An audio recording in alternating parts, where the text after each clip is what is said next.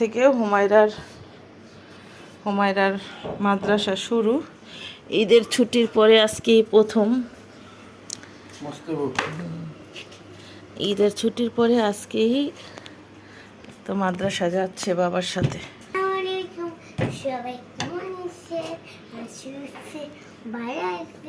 একটা ভিডিওতে মাধ্যমে সেই করবেন আমার ভিডিও তোমরা অবশ্যই জানাবেন। তোমার আল্লাহ হাফেজ। এই তো এখন বেজে গেছে 8টা বাজতে 10 মিনিট বাকি, কিন্তু যাওয়ার কথা 7টা 40-এ। যাই হোক লেট হয়ে গেছে, এখন চলে যাবে জন। ব্যাগ লোন ব্যাগ দেখ নবী না তুই ভুলে গেছিস। যাও যাও বের হও, বিসমিল্লাহ বলো, যাও যাও। যাও, আল্লাহ হাফেজ, যাও যাও, আল্লাহ হাফেজ। হ্যাঁ দাঁড়াচ্ছি, যাও।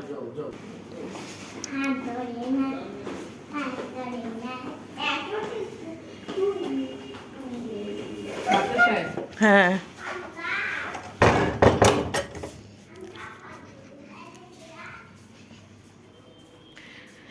চলে গেল মেয়েকে নিয়ে মাদ্রাসা। এটা ছিল বাবার ডিউটি, আর আলহামদুলিল্লাহ আমার বাবা বাংলাদেশে আসার পরে এই ডিউটিটা সেই করেন, আমি করি না। যাই হোক এক হিসাবে আমার ভালোই হয়েছে। গেট নাকি এখনো খুলে নেই, 8টা বেজে গেছে, গেট খুলে নেই এখনো।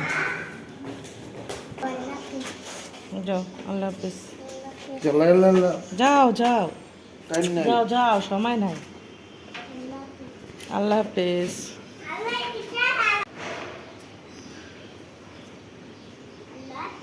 আল্লাহ হাফেজ।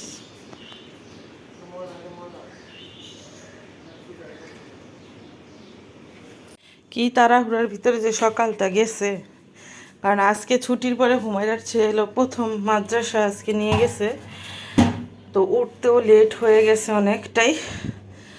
তো তাড়াহুড়া করে ওর বাবাকে নাস্তা দেওয়া, হুমায়রাকে রেডি করা, হুমায়রাকে নাস্তা দেওয়া, মানে হুমায়রার ব্যাগ গুছানো, সব মিলিয়ে টাইমটা একটা চ্যালেঞ্জ ছিল আজকে আমার জন্য, সত্যি কথা বলতে। তো এখন আমার টুকটাক কাজকর্মগুলো আমি শেষ করে ফেলবো, শেষ করে একবারে রান্না বান্না শেষ করে রাখবো, কারণ আস্তে আস্তে তো তারা সেই 12টাই বাজবে। আর এখনও কাজের আপা আসেন নাই, আপা আসলে বাদ বাকি কাজগুলো সেরে ফেলবো। তো কাজকর্ম করি, আর সারাদিন কি করি দেখতেই থাকুন। সকালের মেন কাজটা হচ্ছে কি জানেন? সকালের মেন কাজ হচ্ছে বিছানা গুছানো। আর এই বিছানা যদি গোছানো থাকে তাহলে মনে হয় কি যে পুরো ঘরটাই গোছানো আছে। আর সকালবেলা যেহেতু হুমায়রা মাদ্রাসা নিয়ে একটা গেছে, এজন্য একটু বিছানাটা একটু এলোমেলোই আছে। এখন এগুলো একটু গুছাই নিই, আগে বিছানাটা গুছাই, তারপরে হলে অন্য কাজ করব। আপা এসে আপার কাজ করে যাবে, মানে আমি অন্য কাজ করে নিই।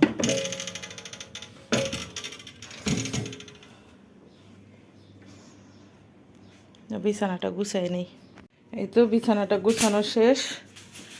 এখন ওই বিছানাটা, ওই রুমের বিছানাটা গুছাবো, কারণ আমরা সারাদিন ওই রুমেই থাকি। এই রুমটা আমরা সারাদিন থাকি না, কারণ এই রুমটা না, ওই যে দেখেন রোদ ওঠার সাথে সাথেই এই রুমটা রোদ্রে ভরে যায়, আর গরম এই রুমে প্রচণ্ড।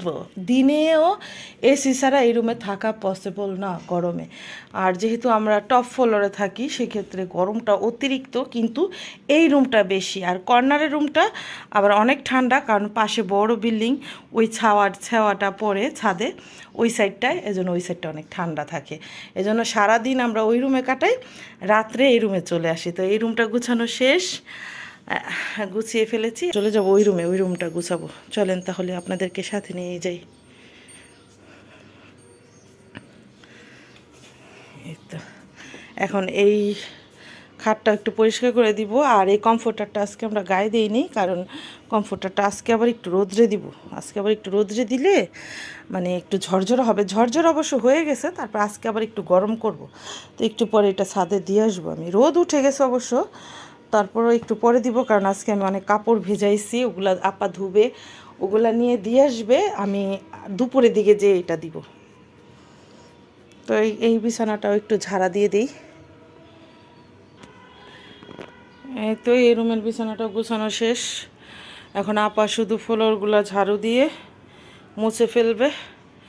আর এখন আমি রান্নার জন্য দেখি আজকে কি রান্না করব, কি রান্না করা যায় একটু দেখি।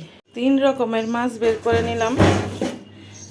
একটা হচ্ছে তেলাপিয়া মাছ, একটা হচ্ছে গুড়া কাচকির গুড়া মাছ, একটা হচ্ছে গুড়া চিংড়ি মাছ, যেটা কিনা চিংড়ি মাছ শাক দিয়ে ভাজি করব, কাচকি মাছ টমেটো ধনিয়া পাতা দিয়ে চড়চড়ি করব, আর তেলাপিয়া মাছটাকে ভেজে ভুনা করব, আর আম দিয়ে ডাল রান্না করব আজকে, এটাই ভেবেছি।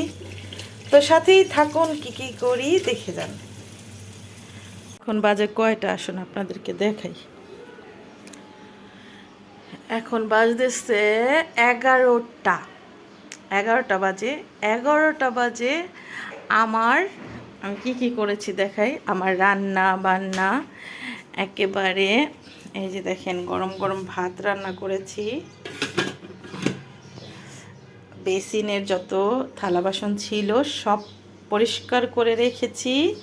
এদিকে কিন্তু রান্নাও শেষ। কি রান্না করেছি সেটা কিন্তু রেসিপিগুলো আমার ইউটিউব লাইভে আছে, চাইলেই দেখে আসতে পারবেন। রান্না করেছি তেলাপিয়া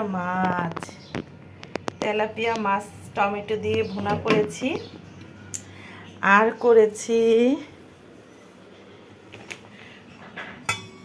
পাট শাক দিয়ে কুচো চিংড়ি, ছোট মাছের চড়চড়ি, আর এই সিজনের ফেমাস হচ্ছে আম ডাল। আর এই সিজনের প্রথমেই আমি এই আম ডালটা আজকে রান্না। বেসিন পরিষ্কার করে ফেলেছি, রান্না করেছি। চুলাগুলা পরিষ্কার করিনি, চুলা পরিষ্কার করবে আপা এসে, কারণ আপা এখন আসবেন। দুর্ভাগ্যবশত আজকে আপা লেট করে আসবেন। প্রতিদিন কিন্তু 7:30 8টার মধ্যে চলে আসে, তবে আজকে নাকি তার লেট হবে। 11টা বেজে গেছে, এখন আসে না। এই জন্য আমি চুলাটা পরিষ্কার করলাম না, মানে আপাকে দিয়ে আজকে চুলাটা মোছাবো, ভালো করে পরিষ্কার করাবো।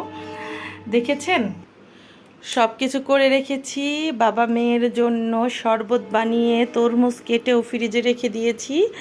তারা আসলে তাদেরকে ঠান্ডা ঠান্ডা তরমুজ আর শরবত, যেহেতু বাহিরে অনেক গরম রৌদ্র, সেক্ষেত্রে আসলে অনেক ক্লান্ত হয়ে যায়।